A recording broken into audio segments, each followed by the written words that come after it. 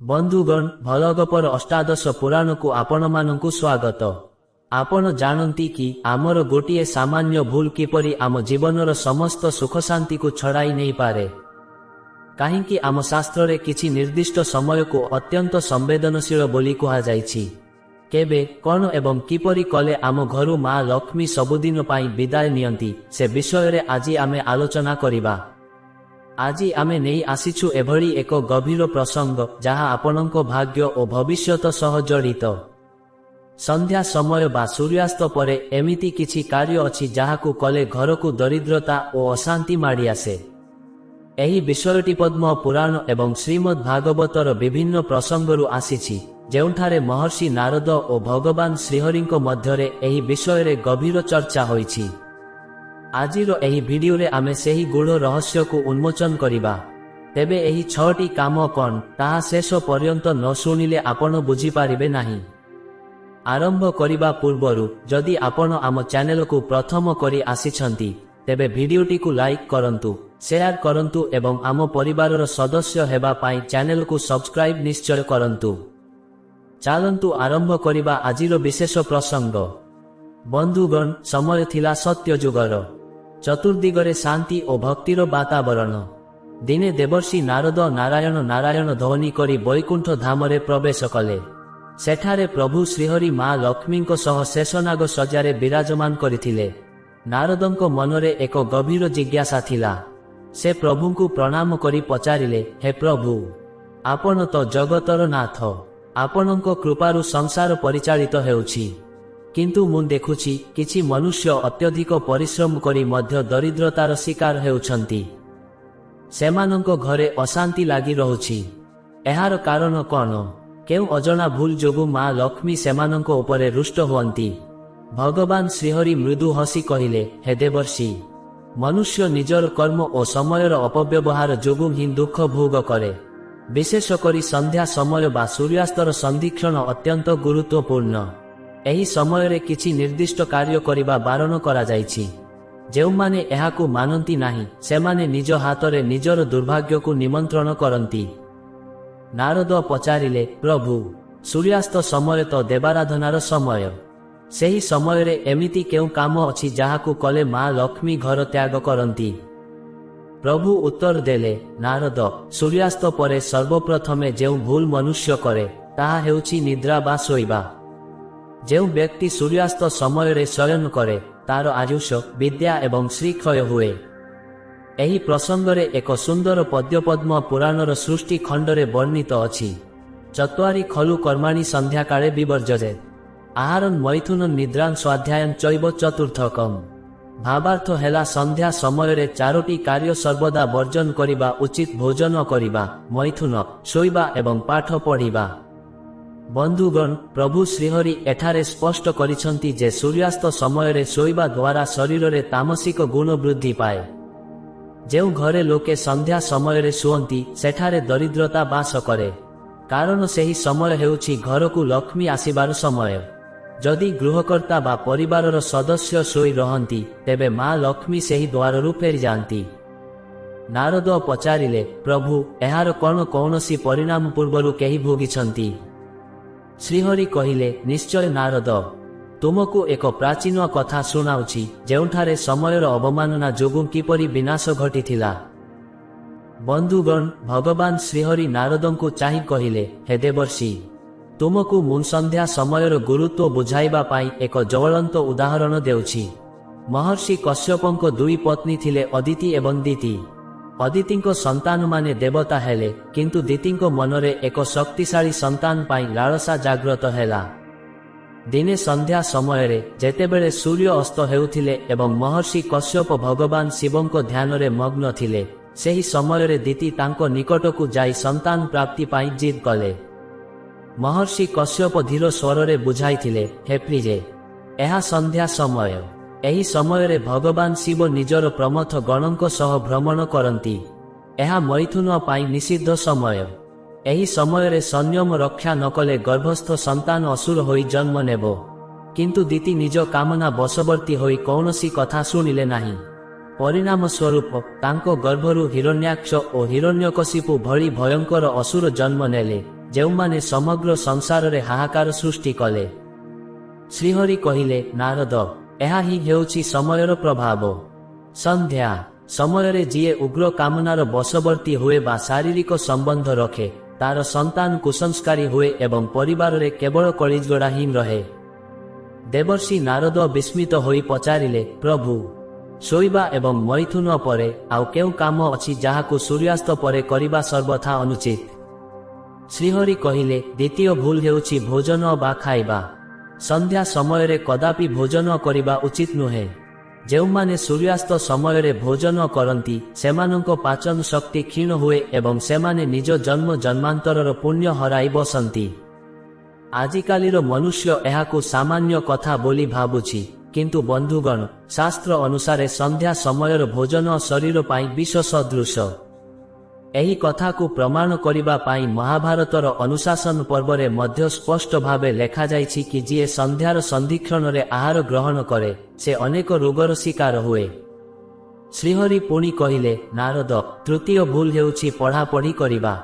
ସନ୍ଧ୍ୟା ସମୟ ସରସ୍ୱତୀଙ୍କ ଆବାହନର ସମୟ, କିନ୍ତୁ ଏହି ସମୟରେ ପୁସ୍ତକ ଅଧ୍ୟୟନ କରିବା ଶାସ୍ତ୍ରରେ ନିଷେଧ। ଏହା ବଦଳରେ ସେହି ସମୟରେ ଈଶ୍ୱରଙ୍କ ନାମ ସଂକୀର୍ତ୍ତନ କରିବା ଉଚିତ।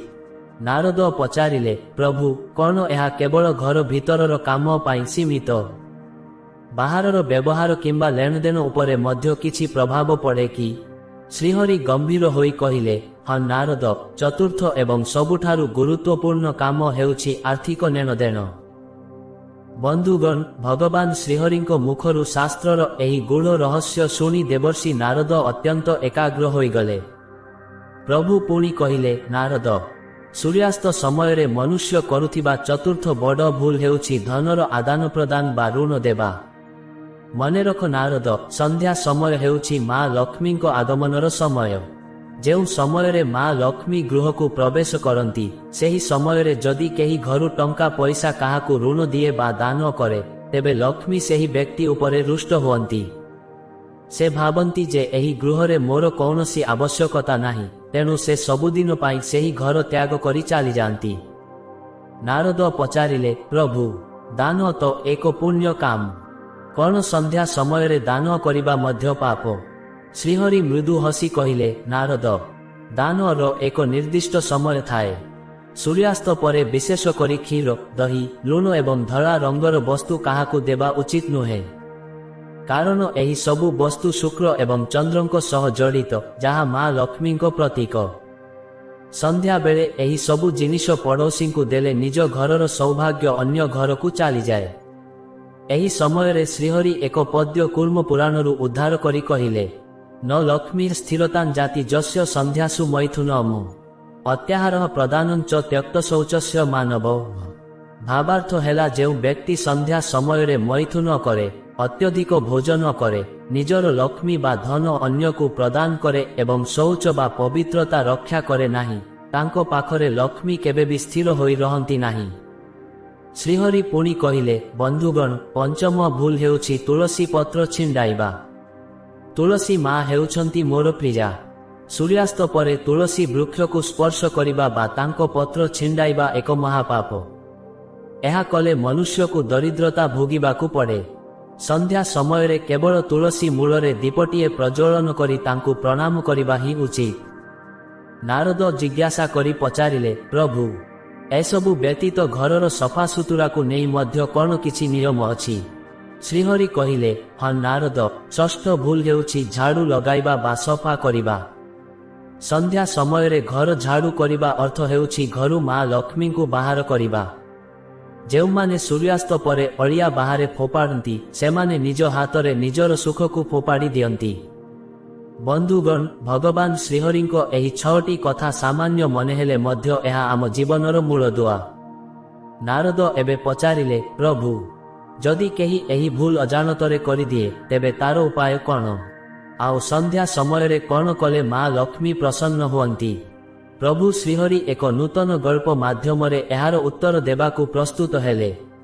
ବନ୍ଧୁଗଣ, ଭଗବାନ ଶ୍ରୀହରିଙ୍କ ଗମ୍ଭୀର ବାଣୀ ଶୁଣି ଦେବର୍ଷି ନାରଦ କହିଲେ, ହେ ପ୍ରଭୁ, ଆପଣ ତ ସୂର୍ଯ୍ୟାସ୍ତ ପରେ ନିଷିଦ୍ଧ ଥିବା 6ଟି କାମ ବିଷୟରେ କହିଲେ, କିନ୍ତୁ ଏମିତି କ'ଣ କୌଣସି ବିଶେଷ କର୍ମ ଅଛି ଯାହାକୁ କଲେ ମନୁଷ୍ୟ ଏହି ସବୁ ଦୋଷରୁ ମୁକ୍ତ ହୋଇପାରିବ ଏବଂ ମା ଲକ୍ଷ୍ମୀଙ୍କ ଅପାର କୃପା ଲାଭ କରିବ? ପ୍ରଭୁ ଶ୍ରୀହରି କହିଲେ, ନାରଦ, ଏଥିପାଇଁ ମୁଁ ତୁମକୁ ଏକ ଶିକ୍ଷଣୀୟ ଗଳ୍ପ ଶୁଣାଉଛି। ପ୍ରାଚୀନ କାଳରେ ଶ୍ରୀବତ୍ସ ନାମକ ଏକ ଧାର୍ମିକ ବ୍ୟକ୍ତି ଥିଲେ। ସେ ଅତ୍ୟନ୍ତ ପରିଶ୍ରମୀ ଥିଲେ ମଧ୍ୟ ସନ୍ଧ୍ୟା ସମୟର ନିୟମ ଜାଣି ନଥିଲେ। ସେ ସୂର୍ଯ୍ୟାସ୍ତ ପରେ ଘର ଝାଡୁ କରୁଥିଲେ, ଅନ୍ୟକୁ ଋଣ ଦେଉଥିଲେ ଏବଂ ଅଜାଣତରେ ତୁଳସୀ ପତ୍ର ମଧ୍ୟ ଛିଣ୍ଡାଉଥିଲେ। ଫଳସ୍ୱରୂପ ତାଙ୍କର ସମସ୍ତ ଐଶ୍ୱର୍ଯ୍ୟ ଧୀରେ ଧୀରେ ନଷ୍ଟ ହେବାକୁ ଲାଗିଲା। ସେ ଅତ୍ୟନ୍ତ ଦୁଃଖୀ ହୋଇ ଜଣେ ମହର୍ଷିଙ୍କ ଶରଣାପନ୍ନ ହେଲେ। ମହର୍ଷି ତାଙ୍କୁ ବୁଝାଇଲେ, ବତ୍ସ, ସନ୍ଧ୍ୟା ସମୟ ହେଉଛି ପୁଣ୍ୟ କାଳ। ଏହି ସମୟରେ ଘରକୁ ଅନ୍ଧାର କରି ରଖିବା ବା ଅଶୁଦ୍ଧ ରହିବା ଅନୁଚିତ। ତୁମେ ସନ୍ଧ୍ୟା ସମୟରେ କୌଣସି ବସ୍ତୁ ବାହାରକୁ ଦିଅ ନାହିଁ, ବରଂ ଘରର ଦ୍ୱାର ମୁହଁରେ ଏକ ଦୀପ ପ୍ରଜ୍ୱଳନ କର। ସୂର୍ଯ୍ୟାସ୍ତ ସମୟରେ ତୁମେ ନିଜର ସମସ୍ତ କାର୍ଯ୍ୟ ବନ୍ଦ କରି କେବଳ ଭଗବାନଙ୍କ ନାମ ସ୍ମରଣ କର। ଶ୍ରୀବତ୍ସ ମହର୍ଷିଙ୍କ କଥା ମାନି ସୂର୍ଯ୍ୟାସ୍ତ ହେବା କ୍ଷଣି ଘର ସଫା କରି ପବିତ୍ର ହୋଇ ଦୀପ ଜାଳିଲେ। ସେ ସେହି ସମୟରେ କୌଣସି ଆର୍ଥିକ ଲେଣଦେଣ କଲେ ନାହିଁ କି ଶୋଇଲେ ନାହିଁ। କିଛି ଦିନ ପରେ ତାଙ୍କ ଘରକୁ ସୁଖ ଓ ସମୃଦ୍ଧି ଫେରିଆସିଲା। ଶ୍ରୀହରି ପୁଣି କହିଲେ, ବନ୍ଧୁଗଣ, ମନେ ରଖନ୍ତୁ, ସନ୍ଧ୍ୟା ସମୟରେ ନଖ କାଟିବା କିମ୍ବା କେଶ କୁଣ୍ଡାଇବା ମଧ୍ୟ ନିଷେଧ। ଏହା କଲେ ଶରୀରରେ ନକାରାତ୍ମକ ଶକ୍ତି ବୃଦ୍ଧି ପାଏ। ଯେଉଁ ଘରେ ସନ୍ଧ୍ୟା ବେଳେ ଏହି ସବୁ ଅଶୁଦ୍ଧ କାମ ହୁଏ, ସେଠାରେ ଦୁର୍ଭାଗ୍ୟ ନିଜର ବାସସ୍ଥାନ ତିଆରି କରେ। ଏହି ପ୍ରସଙ୍ଗରେ ସ୍କନ୍ଧ ପୁରାଣରେ ଏକ ମୁଖ୍ୟ ପଦ୍ୟ ରହିଛି, ସାୟଂକାଳେ ନ ଭୋକ୍ତବ୍ୟଂ ନ ଶେତବ୍ୟଂ ନ ପଠିତବ୍ୟଂ ଅନ୍ୟଥା ଜାୟତେ ବ୍ୟାଧି ଦାରିଦ୍ର୍ୟଂ ચ ଭବେତ୍ ଧ୍ରୁବମ୍। ଭାବାର୍ଥ ହେଲା, ସନ୍ଧ୍ୟା ସମୟରେ ଖାଇବା, ଶୋଇବା କିମ୍ବା ପାଠ ପଢ଼ିବା ଅନୁଚିତ। ଏହା କଲେ ଶରୀରରେ ରୋଗ ଏବଂ ଜୀବନରେ ଦରିଦ୍ରତା ନିଶ୍ଚିତ ଭାବେ ଆସିଥାଏ। ଦେବର୍ଷି ନାରଦ ପ୍ରଣାମ କରି ପଚାରିଲେ, ପ୍ରଭୁ, ଆପଣଙ୍କ ଏହି ଉପଦେଶ ସାରା ସଂସାର ପାଇଁ ଏକ ଆଲୋକବର୍ତ୍ତିକା ସଦୃଶ। କିନ୍ତୁ କିଛି ମନୁଷ୍ୟ ଯୁକ୍ତି କରନ୍ତି ଯେ ଏହା କେବଳ ପୁରୁଣା କାଳର କଥା। ସେମାନଙ୍କ ପାଇଁ ଆପଣଙ୍କର କ'ଣ କହିବାର ଅଛି? ଶ୍ରୀହରି ଗମ୍ଭୀର ହୋଇ କହିଲେ, ନାରଦ, ପ୍ରକୃତିର ନିୟମ କେବେ ବଦଳେ ନାହିଁ। ବନ୍ଧୁଗଣ, ଭଗବାନ ଶ୍ରୀହରି ନାରଦଙ୍କୁ ଚାହିଁ କହିଲେ, ହେ ଦେବର୍ଷି, ମନୁଷ୍ୟ ଭାବେ ଯେ ଶାସ୍ତ୍ରର ଏହି ନିୟମ ଗୁଡ଼ିକ କେବଳ ଅନ୍ଧବିଶ୍ୱାସ, କିନ୍ତୁ ପ୍ରକୃତରେ ଏହା ପଛରେ ଗଭୀର ବିଜ୍ଞାନ ଓ ପ୍ରକୃତିର ରହସ୍ୟ ଲୁଚି ରହିଛି। ସୂର୍ଯ୍ୟାସ୍ତ ସମୟ ହେଉଛି ସନ୍ଧିକ୍ଷଣ, ଯେଉଁଠାରେ ଦିନ ଓ ରାତିର ମିଳନ ହୁଏ। ଏହି ସମୟରେ ବାୟୁମଣ୍ଡଳରେ ଶକ୍ତିର ପରିବର୍ତ୍ତନ ଘଟେ। ଯେଉଁ ବ୍ୟକ୍ତି ସେହି ସମୟରେ ଅଶୁଦ୍ଧ କାର୍ଯ୍ୟ କରେ, ତାର ଶରୀର ଓ ମନ ଉପରେ ଏହାର କୁପ୍ରଭାବ ପଡ଼ିଥାଏ। ଶ୍ରୀହରି ଏକ ସୁନ୍ଦର ଉଦାହରଣ ଦେଇ କହିଲେ, ନାରଦ, ତୁମେ କ'ଣ ଜାଣିଛ, ସନ୍ଧ୍ୟା ସମୟରେ କାହିଁକି କ୍ରୋଧ ବା କଳି ଝଗଡ଼ା କରିବା ନିଷେଧ? କାରଣ ସେହି ସମୟରେ ମା ଲକ୍ଷ୍ମୀ ପ୍ରତ୍ୟେକ ଘରର ଦ୍ୱାର ଦେଇ ଅତିକ୍ରମ କରନ୍ତି। ଯେଉଁ ଘରୁ କଳିଝଗଡ଼ା, କାନ୍ଦବୋବାଲି ବା ଅଶାନ୍ତିର ଶବ୍ଦ ଶୁଭେ, ସେହି ଘରକୁ ମା ଲକ୍ଷ୍ମୀ କଦାପି ପ୍ରବେଶ କରନ୍ତି ନାହିଁ। ବରଂ ତାଙ୍କ ବଦଳରେ ସେଠାକୁ ଅଲକ୍ଷ୍ମୀ ବା ଦରିଦ୍ରତାର ଦେବୀ ଆସନ୍ତି। ଏହି ପ୍ରସଙ୍ଗରେ ଏକ ପଦ୍ୟ ଶ୍ରୀମଦ୍ ଭାଗବତ ପୁରାଣର ତୃତୀୟ ସ୍କନ୍ଧରେ ବର୍ଣ୍ଣିତ ଅଛି, ସନ୍ଧ୍ୟାୟାଂ ତ୍ୟଜତେ ପାପଂ ଧର୍ମଂ ଚୈବ ସମାଚରେ ଅତ୍ୟାଚାରାତ୍ ଭବେତ୍ କଷ୍ଟଂ ଲକ୍ଷ୍ମୀସ୍ତସ୍ୟ ବିମୁଞ୍ଚତି। ଭାବାର୍ଥ ହେଲା, ସନ୍ଧ୍ୟା ସମୟରେ ପାପ କର୍ମ ତ୍ୟାଗ କରି ଧର୍ମ ଆଚରଣ କରିବା ଉଚିତ। ଯଦି କେହି ଏହି ସମୟରେ ଅତ୍ୟାଚାର ବା ଅଧର୍ମ କରେ, ତେବେ ଲକ୍ଷ୍ମୀ ତାଙ୍କୁ ସବୁଦିନ ପାଇଁ ଛାଡ଼ି ଚାଲିଯାଆନ୍ତି।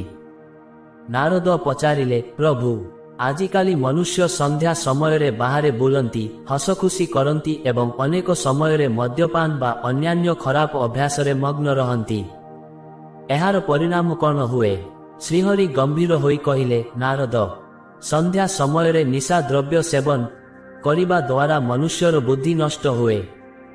ସେହି ସମୟରେ ଯଦି କେହି ଏପରି କରେ, ତେବେ ତାର ପରିବାରରେ କେବେ ବି ସୁଖ ଶାନ୍ତି ରହେ ନାହିଁ। ଋଣର ବୋଝ ବଢ଼ିବାକୁ ଲାଗେ ଏବଂ ଶେଷରେ ସେ ସର୍ବସ୍ୱାନ୍ତ ହୋଇଯାଏ। ବନ୍ଧୁଗଣ, ପ୍ରଭୁ ଶ୍ରୀହରି ଏହି କଥା କହିବା ବେଳେ ଆଉ ଏକ ରହସ୍ୟ କଥା କହିଲେ, ନାରଦ, ସନ୍ଧ୍ୟା ବେଳେ ଯେଉଁ ବ୍ୟକ୍ତି ନିନ୍ଦାଅପବାଦ କରେ ବା ଅନ୍ୟର ଖରାପ ଚିନ୍ତା କରେ, ସେ ନିଜେ ନିଜର ପତନ ପାଇଁ ପଥ ପ୍ରସ୍ତୁତ କରେ। ସେଥିପାଇଁ ଶାସ୍ତ୍ର କହେ, ସନ୍ଧ୍ୟା କାଳେ ହରିନାମ ମଧୁର। ଏହି ସମୟ କେବଳ ଈଶ୍ୱରଙ୍କ ଆରାଧନା ପାଇଁ ହିଁ ଉଦ୍ଦିଷ୍ଟ। ନାରଦ କହିଲେ, ପ୍ରଭୁ, ଆପଣଙ୍କ ଏହି ସୁନ୍ଦର କଥା ମୁଁ ମର୍ତ୍ତ୍ୟ ମଣ୍ଡଳରେ ପ୍ରଚାର କରିବି। କିନ୍ତୁ ପ୍ରଭୁ, ସନ୍ଧ୍ୟା ସମୟରେ କ'ଣ ଘରର ଦ୍ୱାର ବନ୍ଦ ରଖିବା ଉଚିତ ନା ଖୋଲା ଶ୍ରୀହରି ହସିଲେ ଏବଂ କହିଲେ, ନାରଦ, ଏହା ଏକ ଅତି ମୂଲ୍ୟବାନ ପ୍ରଶ୍ନ। ମନେ ରଖ, ସନ୍ଧ୍ୟା ସମୟରେ ଘରର ମୁଖ୍ୟ ଦ୍ୱାର କଦାପି ସମ୍ପୂର୍ଣ୍ଣ ବନ୍ଦ ରଖିବା ଅନୁଚିତ। ବନ୍ଧୁଗଣ, ଭଗବାନ ଶ୍ରୀହରି ନାରଦଙ୍କ ପ୍ରଶ୍ନର ଉତ୍ତର ଦେଇ କହିଲେ, ହେ ଦେବର୍ଷି, ସନ୍ଧ୍ୟା ସମୟ ହେଉଛି ମା ଲକ୍ଷ୍ମୀଙ୍କ ଭ୍ରମଣ ସମୟ। ଯେଉଁ ବ୍ୟକ୍ତି ସୂର୍ଯ୍ୟାସ୍ତ ସମୟରେ ନିଜ ଘରର ମୁଖ୍ୟ ଦ୍ୱାର ସମ୍ପୂର୍ଣ୍ଣ ବନ୍ଦ କରି ରଖେ, ସେ ମା ଲକ୍ଷ୍ମୀଙ୍କ ଆଗମନ ପାଇଁ ପଥ ରୁଦ୍ଧ କରେ। ଶାସ୍ତ୍ର ଅନୁସାରେ ସନ୍ଧ୍ୟା ବନ୍ଦ ନା ସମୟରେ ଅନ୍ତତଃ କିଛି ସମୟ ପାଇଁ ଘରର ଦ୍ୱାର ଖୋଲା ରଖିବା ଉଚିତ। ଏହା ଦ୍ୱାରା ଘରକୁ ସକାରାତ୍ମକ ଶକ୍ତି ପ୍ରବେଶ କରେ ଏବଂ ଦାରିଦ୍ର୍ୟ ଦୂର ହୁଏ।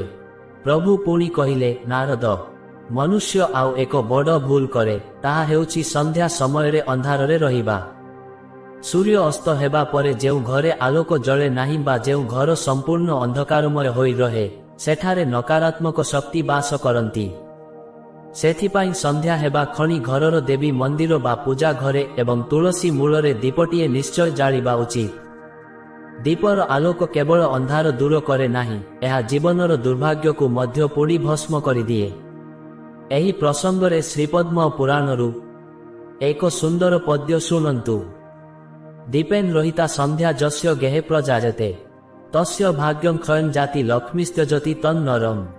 ଭାବାର୍ଥ ହେଲା, ଯେଉଁ ବ୍ୟକ୍ତିର ଘରେ ସନ୍ଧ୍ୟା ସମୟରେ ଦୀପ ଜଳେ ନାହିଁ, ତାଙ୍କର ଭାଗ୍ୟ ଧୀରେ ଧୀରେ କ୍ଷୟ ହେବାକୁ ଲାଗେ ଏବଂ ମା ଲକ୍ଷ୍ମୀ ସେହି ବ୍ୟକ୍ତିକୁ ତ୍ୟାଗ କରନ୍ତି। ନାରଦ ପଚାରିଲେ, ପ୍ରଭୁ, ଆପଣ ସୂର୍ଯ୍ୟାସ୍ତ ପରେ ନଖ କାଟିବା ଏବଂ କେଶ କୁଣ୍ଡାଇବା ମଧ୍ୟ ବାରଣ କରିଥିଲେ, ଏହାର କାରଣ କ'ଣ? ଶ୍ରୀହରି କହିଲେ, ନାରଦ, ଶରୀରର ମଇଳା ବା ଅନାବଶ୍ୟକ ଅଂଶ ଯେମିତିକି ନଖ ବା କେଶ ସନ୍ଧ୍ୟା ସମୟରେ କାଟି ଘରେ ପକାଇଲେ ତାହା ଅଶୁଦ୍ଧତା ସୃଷ୍ଟି କରେ। ଏହି ଅପବିତ୍ରତା ଦରିଦ୍ରତାକୁ ଡାକି ଆଣେ। ବିଶେଷ କରି ସନ୍ଧ୍ୟା ସମୟରେ ଲୁଗାପଟା ସଫା କରିବା ମଧ୍ୟ ଉଚିତ ନୁହେଁ। ଏହା ଦ୍ୱାରା ରାହୁ ଓ ଶନିଙ୍କ କୁଦୃଷ୍ଟି ପଡ଼ିଥାଏ। ବନ୍ଧୁଗଣ, ପ୍ରଭୁ ଶ୍ରୀହରି ଏଠାରେ ଏକ ବଡ଼ ସତ୍ୟ କହିଛନ୍ତି। ସେ ପୁଣି କହିଲେ, ନାରଦ, ମନୁଷ୍ୟ ସବୁଠାରୁ ବଡ଼ ପାପ ସେତେବେଳେ କରେ ଯେତେବେଳେ ସେ ସନ୍ଧ୍ୟା ସମୟରେ ବୃଦ୍ଧ, ମାତାପିତା କିମ୍ବା ଗୁରୁଜନଙ୍କୁ ଅପମାନିତ କରେ। ସେହି ସମୟରେ ଯାହାର ମୁଖରୁ କଟୁ ବାକ୍ୟ ବାହାରେ, ତାର ପୁଣ୍ୟ ସେହି କ୍ଷଣି ନଷ୍ଟ ହୋଇଯାଏ। ନାରଦ ଜିଜ୍ଞାସା କଲେ, ପ୍ରଭୁ, ଯଦି କେହି ଏହି ସବୁ ନିୟମ ପାଳନ କରେ, ତେବେ ତାର ଜୀବନ କିପରି ହେବ? ଆପଣଙ୍କ ପାଖରେ ଏମିତି କ'ଣ ଆଉ ଏକ ଗଳ୍ପ ଅଛି ଯାହା ଏହାକୁ ପ୍ରମାଣିତ କରିବ? ଶ୍ରୀହରି କହିଲେ, ନିଶ୍ଚୟ ନାରଦ, ତୁମକୁ ଏକ ସୁନ୍ଦର ରାଜକୀୟ ଉଦାହରଣ ଦେଉଛି, ଯେଉଁଠାରେ ଜଣେ ରାଜା କେବଳ ସନ୍ଧ୍ୟା ସମୟର ମର୍ଯ୍ୟାଦା ରଖି ନିଜର ହଜିଯାଇଥିବା ସାମ୍ରାଜ୍ୟ ଫେରି ପାଇଥିଲେ। ବନ୍ଧୁଗଣ, ଭଗବାନ ଶ୍ରୀହରି କହିଲେ, ହେ ନାରଦ, ପ୍ରାଚୀନ କାଳରେ ମହିଷ୍ମତୀ ନଗରୀରେ ସୁଦର୍ଶନ ନାମକ ଜଣେ ପ୍ରତାପୀ ରାଜା ଥିଲେ। ସେ ସବୁ କ୍ଷେତ୍ରରେ ନିପୁଣ ଥିଲେ ମଧ୍ୟ ସନ୍ଧ୍ୟା ସମୟର ପବିତ୍ରତାକୁ ଖାତିର କରୁନଥିଲେ। ସେ ସୂର୍ଯ୍ୟାସ୍ତ ସମୟରେ ମୃଗୟା ବା ଶିକାରରେ ମଗ୍ନ ରହୁଥିଲେ, ସଭାରେ ବସି କାମବାସନା ଓ ଆମୋଦ ପ୍ରମୋଦର ଚର୍ଚ୍ଚା କରୁଥିଲେ ଏବଂ ଅନେକ ସମୟରେ ସନ୍ଧ୍ୟା ପରେ କ୍ରୋଧିତ ହୋଇ ପ୍ରଜାମାନଙ୍କୁ ଦଣ୍ଡ ମଧ୍ୟ ଦେଉଥିଲେ। ଧୀରେ ଧୀରେ ତାଙ୍କର ରାଜକୋଷ ଖାଲି ହେବାକୁ ଲାଗିଲା। ଶତ୍ରୁମାନେ ରାଜ୍ୟ ଆକ୍ରମଣ କଲେ ଏବଂ ଶେଷରେ ସେ ନିଜର ସିଂହାସନ ହରାଇ ବଣ ଜଙ୍ଗଲରେ ବୁଲିଲେ। ସୁଦର୍ଶନ ଅତ୍ୟନ୍ତ ଅସହାୟ ହୋଇ ଜଣେ ଜ୍ଞାନୀ ଋଷିଙ୍କ ଆଶ୍ରମରେ ପହଞ୍ଚିଲେ। ଋଷି ଧ୍ୟାନ ବଳରେ ଜାଣିପାରିଲେ ଯେ ରାଜାଙ୍କର ଏହି ଦୁର୍ଦ୍ଦଶାର କାରଣ ହେଉଛି ସନ୍ଧ୍ୟା ସମୟର ଅପମାନ। ସେ କହିଲେ, ରାଜା, ତୁମେ ସୂର୍ଯ୍ୟାସ୍ତ ପରେ ଯେଉଁ ଉଗ୍ର କର୍ମ ଓ କାମନା ବଶବର୍ତ୍ତୀ ହେଉଥିଲ, ତାହା ମା ଲକ୍ଷ୍ମୀଙ୍କୁ ଅପମାନିତ କରିଥିଲା। ସନ୍ଧ୍ୟା ସମୟରେ ମନୁଷ୍ୟ ଯେତିକି ଶାନ୍ତ ଓ ଭକ୍ତିମୟ ରହେ, ତାର ଭାଗ୍ୟ ସେତିକି ଉଜ୍ଜ୍ୱଳ ହୁଏ। ରାଜା ସୁଦର୍ଶନ ନିଜର ଭୁଲ ବୁଝିପାରିଲେ। ସେ ସେହି ଦିନଠାରୁ ସୂର୍ଯ୍ୟାସ୍ତ ପୂର୍ବରୁ ସମସ୍ତ କାର୍ଯ୍ୟ ସାରି ଶୁଦ୍ଧ ବସ୍ତ୍ର ପରିଧାନ କରି ଭଗବାନଙ୍କ ଆରାଧନାରେ ମଗ୍ନ ହେଲେ। ସେ ସନ୍ଧ୍ୟା ସମୟରେ କୌଣସି ଆର୍ଥିକ କାର୍ଯ୍ୟ କଲେ ନାହିଁ କି କାହା ସହ କଳିଝଗଡ଼ା କଲେ ନାହିଁ। ତାଙ୍କର ଏହି ନିଷ୍ଠା ଦେଖି ମା ଲକ୍ଷ୍ମୀ ପ୍ରସନ୍ନ ହେଲେ ଏବଂ ସେ ପୁଣି ନିଜର ହଜିଯାଇଥିବା ରାଜ୍ୟ ଫେରି ପାଇଲେ। ଭଗବାନ ଶ୍ରୀହରି କହିଲେ, ନାରଦ, ଏହି କଥାରୁ ଶିକ୍ଷା ମିଳେ ଯେ ଜଣେ ରାଜା ହେଉ ବା ଭିକାରୀ, ସୂର୍ଯ୍ୟାସ୍ତ ପରେ ଯିଏ ପ୍ରକୃତିର ନିୟମ ଭାଙ୍ଗେ, ତାକୁ ଦୁଃଖ ଭୋଗିବାକୁ ପଡ଼େ। ସେଥିପାଇଁ ଶାସ୍ତ୍ର କହେ, ସନ୍ଧ୍ୟା ସମୟରେ ମନକୁ ସ୍ଥିର ରଖିବା ଉଚିତ। ଏହି ପ୍ରସଙ୍ଗରେ ଗରୁଡ଼ ପୁରାଣରେ ଏକ ସୁନ୍ଦର ପଦ୍ୟ ବର୍ଣ୍ଣିତ। ସନ୍ଧ୍ୟାକାଳେ ତୁ ସମ୍ପ୍ରାପ୍ତେ ନ କୁର୍ୟାତ୍ କଳହଂ ଗୃହେ ଅଶ୍ରୁପାତ ମୁଖେ ଯସ୍ୟ ତଂ ତ୍ୟଜନ୍ତି ସୁରାଦୟ। ଭାବାର୍ଥ ହେଲା ସନ୍ଧ୍ୟା ସମୟ ଉପସ୍ଥିତ ହେଲେ ଘରେ କେବେ ବି କଳହ ବା ଝଗଡ଼ା କରିବା ଉଚିତ ନୁହେଁ। ଯାହାର ମୁହଁରୁ ସେହି ସମୟରେ ଅଶ୍ରୁ ବାହାରେ କିମ୍ବା ଯିଏ ଦୁଃଖୀ ରହେ ତାକୁ ଦେବତାମାନେ ମଧ୍ୟ ତ୍ୟାଗ କରନ୍ତି। ନାରଦ କହିଲେ, ପ୍ରଭୁ, ଆପଣ ଏତେ ସୁନ୍ଦର ଭାବେ ବୁଝାଇଲେ ଯେ ମୁଁ ସ୍ତବ୍ଧ। କିନ୍ତୁ ପ୍ରଭୁ, ଆଜିକାଲି ଲୋକମାନେ ସନ୍ଧ୍ୟା ପରେ ଘରର ଅଳିଆ ବାହାରେ ପକାନ୍ତି, କ'ଣ ଏହା ମଧ୍ୟ ଠିକ୍ ନୁହେଁ? ଶ୍ରୀହରି ହସିଲେ ଏବଂ କହିଲେ, ନାରଦ, ଅଳିଆ ସଫା କରିବା ଏକ ଭଲ କାମ, କିନ୍ତୁ ତାହାର ସମୟ ମଧ୍ୟ ଅତ୍ୟନ୍ତ ଗୁରୁତ୍ୱପୂର୍ଣ୍ଣ। ବନ୍ଧୁଗଣ, ଭଗବାନ ଶ୍ରୀହରି ଦେବର୍ଷି ନାରଦଙ୍କୁ ଚାହିଁ କହିଲେ, ହେ ନାରଦ, ତୁମେ ଏକ ଅତି ମହତ୍ୱପୂର୍ଣ୍ଣ ପ୍ରଶ୍ନ ପଚାରିଛ। ସନ୍ଧ୍ୟା ସମୟରେ ଘର ଝାଡୁ କରିବା ବା ଅଳିଆ ବାହାରେ ଫୋପାଡ଼ିବା ଶାସ୍ତ୍ରରେ ସମ୍ପୂର୍ଣ୍ଣ ନିଷିଦ୍ଧ। ଶୁଣ ନାରଦ, ଅଳିଆ ବା ଆବର୍ଜନା ହେଉଛି ଅଲକ୍ଷ୍ମୀଙ୍କ ବାସସ୍ଥାନ। କିନ୍ତୁ ଯେତେବେଳେ ସନ୍ଧ୍ୟା ସମୟରେ ମା ଲକ୍ଷ୍ମୀ ଘରକୁ ଆସନ୍ତି, ସେହି ସମୟରେ ଯଦି କେହି ଘରୁ ଧୂଳି ବାହାରକୁ ଫୋପାଡ଼େ, ତେବେ ଲକ୍ଷ୍ମୀ ମନେ କରନ୍ତି ଯେ ତାଙ୍କୁ ହିଁ ଘରୁ ବିଦାୟ ଦିଆଯାଉଛି। ଏହା ଦ୍ୱାରା ଘରର ସକାରାତ୍ମକ ଶକ୍ତି ବାହାରକୁ ଚାଲିଯାଏ ଏବଂ ଦାରିଦ୍ର୍ୟ ଘର ଭିତରକୁ ପଶିଆସେ। ପ୍ରଭୁ ପୁଣି କହିଲେ, ନାରଦ, ବନ୍ଧୁଗଣ, ଯଦି ଅତ୍ୟନ୍ତ ଆବଶ୍ୟକ ହୁଏ ତେବେ ଝାଡୁ ଲଗାଇବା ପରେ ସେହି ଅଳିଆକୁ ଏକ କୋଣରେ ରଖିଦେବା ଉଚିତ, କିନ୍ତୁ ସୂର୍ଯ୍ୟାସ୍ତ ପରେ ତାକୁ କଦାପି ଘର ବାହାରକୁ ଫୋପାଡ଼ିବା ଅନୁଚିତ। ସୂର୍ଯ୍ୟୋଦୟ ପରେ ହିଁ ସେହି ଅଳିଆକୁ ବିସର୍ଜନ କରିବା ବିଧେୟ। ଦେବର୍ଷି ନାରଦ ପଚାରିଲେ, ପ୍ରଭୁ, ଆପଣ ସୂର୍ଯ୍ୟାସ୍ତ ସମୟରେ ପାଠ ପଢ଼ିବା ମଧ୍ୟ ମନା କରିଥିଲେ। କିନ୍ତୁ ବିଦ୍ୟା ତ ପବିତ୍ର, ତେବେ ପାଠ ପଢ଼ିଲେ କ'ଣ ଦୋଷ ହୁଏ? ଶ୍ରୀହରି ମୃଦୁ ହସି କହିଲେ, ନାରଦ, ବିଦ୍ୟା ନିଶ୍ଚୟ ପବିତ୍ର, କିନ୍ତୁ ସନ୍ଧ୍ୟା ସମୟରେ ବାୟୁମଣ୍ଡଳରେ ରଜ ଓ ତମ ଗୁଣର ପ୍ରାଧାନ୍ୟ ଥାଏ। ଏହି ସମୟରେ ବେଦ ପାଠ ବା ଗଭୀର ଅଧ୍ୟୟନ କଲେ ତାହା ମସ୍ତିଷ୍କରେ ସ୍ଥିର ରହେ ନାହିଁ। ବରଂ ଏହି ସମୟରେ ଏକାଗ୍ର ହୋଇ ଭଗବାନଙ୍କ ନାମ ଜପ କଲେ ବୁଦ୍ଧି ନିର୍ମଳ ହୁଏ। ଯେଉଁ ଛାତ୍ର ସନ୍ଧ୍ୟା ସମୟରେ ଶୁଏ ବା ଅଯଥା ଗପସପ କରେ, ତାର ସ୍ମରଣ ଶକ୍ତି ହ୍ରାସ ପାଏ। ଏହି ପ୍ରସଙ୍ଗରେ ବିଷ୍ଣୁ ପୁରାଣର ଏକ ପଦ୍ୟ ଏଠାରେ ପ୍ରଣିଧାନ ଯୋଗ୍ୟ। ସନ୍ଧ୍ୟାୟା ନ ପଠେତ୍ ପ୍ରାଜ୍ଞୋ ନ ଭୁଞ୍ଜିତ ନ ସମ୍ବିଶେତ୍, ଅନ୍ୟଥା ଜ୍ଞାନହାନି ସ୍ୟାତ୍ ଦାରିଦ୍ର୍ୟଞ୍ଚ ଭବେତ୍ ଧ୍ରୁବମ୍। ଭାବାର୍ଥ ହେଲା, ବୁଦ୍ଧିମାନ ବ୍ୟକ୍ତି ସନ୍ଧ୍ୟା ସମୟରେ ପାଠ ପଢ଼ିବେ ନାହିଁ, ଭୋଜନ କରିବେ ନାହିଁ କିମ୍ବା ଶୋଇବେ ନାହିଁ। ଏହା କଲେ ଜ୍ଞାନ ନଷ୍ଟ ହୁଏ ଏବଂ ଦରିଦ୍ରତା ନିଶ୍ଚିତ ଭାବେ ଆସେ। ନାରଦ କହିଲେ, ପ୍ରଭୁ, ଆପଣଙ୍କ ବାଣୀ ଅମୃତ ସମାନ। ଏହା ମାନିଲେ ମନୁଷ୍ୟ ଜୀବନ ଧନ୍ୟ ହୋଇଯିବ। କିନ୍ତୁ ପ୍ରଭୁ, ସନ୍ଧ୍ୟା ସମୟରେ କ'ଣ ତୁଳସୀ ମୂଳରେ ଜଳ ଅର୍ପଣ କରିବା ଉଚିତ? ଶ୍ରୀହରି ଗମ୍ଭୀର ହୋଇ କହିଲେ, ନାରଦ, ଏହା ଏକ ବଡ଼ ଭ୍ରମ। ସୂର୍ଯ୍ୟାସ୍ତ ପରେ ତୁଳସୀ ବୃକ୍ଷରେ ଜଳ ଅର୍ପଣ କରିବା ବା ତାଙ୍କୁ ସ୍ପର୍ଶ କରିବା ସମ୍ପୂର୍ଣ୍ଣ ବାରଣ। ସୂର୍ଯ୍ୟୋଦୟ ବେଳେ ଜଳ ଅର୍ପଣ କରାଯାଏ, କିନ୍ତୁ ସନ୍ଧ୍ୟା ବେଳେ କେବଳ ଦୀପ ଦାନ ହିଁ ଶ୍ରେଷ୍ଠ। ସନ୍ଧ୍ୟା ସମୟରେ ମା ତୁଳସୀ ବିଶ୍ରାମ କରନ୍ତି, ତାଙ୍କୁ ସେହି ସମୟରେ ବିବ୍ରତ କଲେ ମା ଲକ୍ଷ୍ମୀ ଅତ୍ୟନ୍ତ କ୍ଷୁବ୍ଧ ହୁଅନ୍ତି। ବନ୍ଧୁଗଣ, ପ୍ରଭୁ ଶ୍ରୀହରିଙ୍କ ଏହି ଛୋଟ ଛୋଟ ନିୟମ ଗୁଡ଼ିକ ପଛରେ ଆମ ସୁଖଶାନ୍ତିର ରହସ୍ୟ ଲୁଚି ରହିଛି। ନାରଦ ପଚାରିଲେ, ପ୍ରଭୁ, ଆପଣଙ୍କ ଏହି 6ଟି କାମ ବିଷୟରେ ଜାଣିବା ପରେ ମୋର ଏକ ଜ୍ୱଳନ୍ତ ଜିଜ୍ଞାସା ହେଉଛି, ଯଦି କେହି ଏହାକୁ ନ ମାନେ ତେବେ ତାର ପରିଣାମ କ'ଣ ହୁଏ? କୌଣସି ଉଦାହରଣ ଅଛି କି? ଶ୍ରୀହରି କହିଲେ, ହଁ ନାରଦ, ତୁମକୁ ଆଉ ଏକ ପ୍ରାଚୀନ କଥା ଶୁଣାଉଛି। ବନ୍ଧୁଗଣ, ଭଗବାନ ଶ୍ରୀହରି ନାରଦଙ୍କୁ ଚାହିଁ କହିଲେ, ହେ ଦେବର୍ଷି, ତୁମକୁ ମୁଁ ଏବେ ଏକ ଅତ୍ୟନ୍ତ ଗମ୍ଭୀର କଥା ଶୁଣାଉଛି। ପ୍ରାଚୀନ କାଳରେ ରନ୍ଧିଦେବ ନାମକ ଜଣେ ବ୍ୟକ୍ତି ଥିଲେ। ସେ ଧନୀ ଥିଲେ ମଧ୍ୟ ଅହଙ୍କାରୀ ଥିଲେ। ସେ ସନ୍ଧ୍ୟା ସମୟର କୌଣସି ନିୟମକୁ ମାନୁନଥିଲେ। ସେହି ସନ୍ଧିକ୍ଷଣରେ ସେ ନିଜର ଭୃତ୍ୟ ଓ ଗରିବ ଲୋକଙ୍କୁ ଅତି କଟୁ ଭାଷାରେ ଗାଳିଗୁଲଜ କରୁଥିଲେ ଏବଂ ସେହି ସମୟରେ ହିଁ ସେ ନିଜର ଧନର ହିସାବ କରୁଥିଲେ। ଦିନେ ସନ୍ଧ୍ୟା ସମୟରେ ଜଣେ ବୃଦ୍ଧ ବ୍ରାହ୍ମଣ ତାଙ୍କ ଦ୍ୱାରକୁ ଆସି କିଛି ଭିକ୍ଷା ମାଗିଲେ। କିନ୍ତୁ ରନ୍ଧିଦେବ ସେହି ସମୟରେ ସୂର୍ଯ୍ୟାସ୍ତର ନିୟମ ଭଙ୍ଗ କରି କ୍ରୋଧିତ ହୋଇ କହିଲେ, ଏବେ ମୋର ବିଶ୍ରାମ ସମୟ, ଏହି ସମୟରେ କାହାକୁ କିଛି ଦେବା ମୋର ଅଭ୍ୟାସ ନାହିଁ, ଚାଲିଯାଅ ଏଠାରୁ। ସେହି ବୃଦ୍ଧ ବ୍ରାହ୍ମଣ ଜଣକ ଅନ୍ୟ କେହି ନୁହେଁ, ସ୍ୱୟଂ ଭଗବାନଙ୍କ ପରୀକ୍ଷା କରୁଥିଲେ। ରନ୍ଧିଦେବଙ୍କର ସେହି ଗୋଟିଏ ଭୁଲ ତାଙ୍କ ଜୀବନର ସମସ୍ତ ସୁଖ କାଢ଼ିନେଲା। ସେହି ଦିନ ରାତିରେ ତାଙ୍କ ଘରେ ନିଆଁ ଲାଗିଗଲା ଏବଂ ତାଙ୍କର ସମସ୍ତ ସମ୍ପତ୍ତି ପାଉଁଶ ହୋଇଗଲା। ଶ୍ରୀହରି କହିଲେ, ନାରଦ, ବନ୍ଧୁଗଣ, ସନ୍ଧ୍ୟା ସମୟରେ ଯିଏ କାହାକୁ ଅପମାନିତ କରେ ବା କାହାକୁ କଷ୍ଟ ଦିଏ, ସେ ସାକ୍ଷାତ ଈଶ୍ୱରଙ୍କୁ କଷ୍ଟ ଦିଏ। ସନ୍ଧ୍ୟା ସମୟରେ ମା ଲକ୍ଷ୍ମୀଙ୍କ ସହ ଦାନ ଓ ଦୟାର ଦେବତାମାନେ ମଧ୍ୟ ଭ୍ରମଣ କରନ୍ତି। ସେଥିପାଇଁ ସେହି ସମୟରେ ମୁଖରୁ ମିଥ୍ୟା ଭାଷଣ ବା କାହାରି ଅଶୁଭ କାମନା କରିବା ଅତ୍ୟନ୍ତ ପାପଦାୟକ। ନାରଦ ପଚାରିଲେ, ପ୍ରଭୁ, ଆପଣ ସୂର୍ଯ୍ୟାସ୍ତ ପରେ ସନ୍ଧ୍ୟା ଦୀପ ଜଳାଇବା କଥା କହିଲେ, କିନ୍ତୁ ସେହି ଦୀପକୁ କିପରି ଏବଂ କେଉଁଠାରେ ଜଳାଇଲେ ସର୍ବାଧିକ ଶୁଭ ଫଳ ମିଳିଥାଏ? ଶ୍ରୀହରି ଉତ୍ତର ଦେଲେ, ନାରଦ, ଶୁଣ, ସନ୍ଧ୍ୟା ସମୟରେ ଘରର ଦୁଆର ମୁହଁରେ ଘିଅ ବା ରାଶି ତେଲର ଦୀପଟିଏ ଜଳାଇବା ଉଚିତ। ଏହା ଦ୍ୱାରା ଘରର ବାୟୁମଣ୍ଡଳ ଶୁଦ୍ଧ ହୁଏ। ଯେଉଁ ଘରେ ସୂର୍ଯ୍ୟାସ୍ତ ସମୟରେ ଶଙ୍ଖ ଧ୍ୱନି ବା ଘଣ୍ଟ ବାଜେ, ସେଠାରୁ ନକାରାତ୍ମକ ଶକ୍ତି ବା ଭୂତପ୍ରେତମାନେ ଦୂରକୁ ପଳାନ୍ତି। ଏହି ପ୍ରସଙ୍ଗରେ ଲିଙ୍ଗ ପୁରାଣରେ ଏକ ସୁନ୍ଦର ପଦ୍ୟ ଅଛି, ସାୟଂ ସନ୍ଧ୍ୟାସୁ ଯୋ ମର୍ତ୍ତ୍ୟ କୁର୍ୟାତ୍ ପ୍ରଦୀପଂ ଗୃହାନ୍ତରେ ନ ଶୋକୋ ନ ଚ ଦାରିଦ୍ର୍ୟଂ ତସ୍ୟ ଗେହେ ପ୍ରଜାୟତେ। ଭାବାର୍ଥ ହେଲା, ଯେଉଁ ମନୁଷ୍ୟ ସନ୍ଧ୍ୟା ସମୟରେ ନିଜ ଘର ଭିତରେ ଦୀପ ପ୍ରଜ୍ୱଳନ କରେ, ତାଙ୍କ ଘରେ କେବେ ବି ଶୋକ ବା ଦାରିଦ୍ର୍ୟ ଜନ୍ମ ନିଏ ନାହିଁ। ଶ୍ରୀହରି ପୁଣି କହିଲେ, ନାରଦ, ମନେରଖ, ସୂର୍ଯ୍ୟାସ୍ତ ପରେ ମନୁଷ୍ୟ ନିଜର ଅହଙ୍କାର ତ୍ୟାଗ କରି ଶରଣାଗତ ହେବା ଉଚିତ।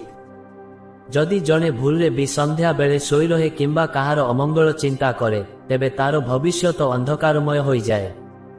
ଏହି 6ଟି କାମ କେବଳ ଶାସ୍ତ୍ରର ନିୟମ ନୁହେଁ, ଏହା ଜୀବନର ସୁରକ୍ଷା କବଚ।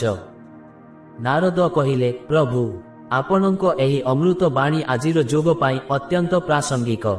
କିନ୍ତୁ ପ୍ରଭୁ, ସନ୍ଧ୍ୟା ପରେ କ'ଣ ଗାଧୋଇବା ଉଚିତ? ଏହା କ'ଣ ଶାସ୍ତ୍ର ସମ୍ମତ? ଶ୍ରୀହରି କହିଲେ, ନାରଦ, ଏହାର ମଧ୍ୟ ଏକ ବିଶେଷ ରହସ୍ୟ ରହିଛି। ବନ୍ଧୁଗଣ, ଭଗବାନ ଶ୍ରୀହରି ଦେବର୍ଷି ନାରଦଙ୍କୁ ଚାହିଁ କହିଲେ, ହେ ନାରଦ, ତୁମେ ସୂର୍ଯ୍ୟାସ୍ତ ପରେ ଗାଧୋଇବା ବା ସ୍ନାନ ବିଷୟରେ ପଚାରିଲ। ଶୁଣ, ଶାସ୍ତ୍ର ଅନୁସାରେ ସୂର୍ଯ୍ୟାସ୍ତ ପୂର୍ବରୁ ସ୍ନାନ କରି ଶୁଦ୍ଧ ହେବା ସର୍ବୋତ୍ତମ। କିନ୍ତୁ ସନ୍ଧ୍ୟା ସମୟରେ ବା ସନ୍ଧ୍ୟା ପରେ ଗାଧୋଇବା ଦ୍ୱାରା ଶରୀରରେ ଶୀତଳତା ବଢ଼େ ଏବଂ ଏହା ସ୍ୱାସ୍ଥ୍ୟ ପାଇଁ କ୍ଷତିକାରକ ହୋଇପାରେ। ଯଦି କେହି ଅଶୁଦ୍ଧ କାର୍ଯ୍ୟ କରିଥାଏ, ତେବେ କେବଳ ମାର୍ଜନା ବା ହାତ ମୁହଁ ଧୋଇ ପବିତ୍ର ହେବା ଉଚିତ। ବିନା କାରଣରେ ସନ୍ଧ୍ୟା ପରେ ସ୍ନାନ କଲେ ମନୁଷ୍ୟ ରୋଗଗ୍ରସ୍ତ ହୁଏ ଏବଂ ତାର ଶକ୍ତି କ୍ଷୟ ହୁଏ। ପ୍ରଭୁ ପୁଣି କହିଲେ, ନାରଦ, ବନ୍ଧୁଗଣ, ଆଉ ଏକ ରହସ୍ୟ କଥା ଶୁଣ। ସନ୍ଧ୍ୟା ସମୟରେ କାନ୍ଦିବା ବା ଅଶ୍ରୁପାତ କରିବା ସବୁଠାରୁ ବଡ଼ ଦୁର୍ଭାଗ୍ୟର କାରଣ। ଯେଉଁ ଘରେ ସୂର୍ଯ୍ୟାସ୍ତ ବେଳେ କାନ୍ଦବୋବାଲି ହୁଏ, ସେହି ଘରୁ ସୁଖଶାନ୍ତି ସବୁଦିନ ପାଇଁ ବିଦାୟ ନିଏ। ଏହା ବଦଳରେ ସେହି ସମୟରେ ହସଖୁସି ଓ ଭକ୍ତିର ବାତାବରଣ ରହିବା ଆବଶ୍ୟକ। ନାରଦ ପ୍ରଣାମ କରି କହିଲେ, ପ୍ରଭୁ, ଆପଣ ସନ୍ଧ୍ୟା ସମୟରେ ନ କରିବା ପାଇଁ ଯେଉଁ 6ଟି କାମ କହିଲେ, ତାହା ହେଉଛି ଶୋଇବା, ଭୋଜନ କରିବା, ମୈଥୁନ ବା ଶାରୀରିକ ସମ୍ବନ୍ଧ, ପାଠ ପଢ଼ିବା, ଧନର ଲେଣଦେଣ ବା ଦାନ, ତୁଳସୀ ସ୍ପର୍ଶ ବା ନଖ କେଶ କାଟିବା ସହ ଅପରିଷ୍କାର ରହିବା। ଏହି ସବୁ ନିୟମ ପାଳନ କଲେ ମନୁଷ୍ୟ ନିଶ୍ଚୟ ସୁଖୀ ହେବ। ଶ୍ରୀହରି ସନ୍ତୁଷ୍ଟ ହୋଇ କହିଲେ, ନାରଦ, ଯେଉଁମାନେ ଏହି 6ଟି କାମରୁ ନିଜକୁ ଦୂରେଇ ରଖି ସନ୍ଧ୍ୟା ସମୟରେ କେବଳ ମୋର ନାମ ଜପ କରନ୍ତି, ସେମାନଙ୍କ ଘରେ ମା ଲକ୍ଷ୍ମୀ ସ୍ଥାୟୀ ଭାବେ ବାସ କରନ୍ତି। ଏହା ମୋର ବଚନ। ଏହି ପ୍ରସଙ୍ଗରେ ଶ୍ରୀମଦ୍ ଭାଗବତ ମହାପୁରାଣର ଏକ ଶେଷ ପଦ୍ୟ ଏଠାରେ ଉଲ୍ଲେଖ କରୁଛି।